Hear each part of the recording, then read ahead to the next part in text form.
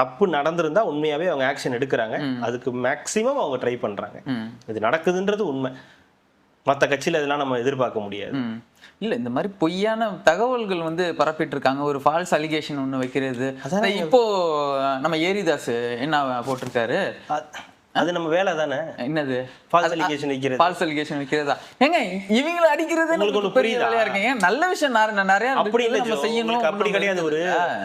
ஒரு ஆளுங்கட்சிக்கு பரவலான எதிர்கட்சிகள் இருக்காது. ஒரு எதிர்கட்சி தான் இருக்கும். இங்க பரவலான எதிர்கட்சி இருக்கு. எங்க போனாலும் உங்களுக்கு எதிர்கட்சிகள். நான் கேட்கறேன், நீ எதிர்கட்சி தானே.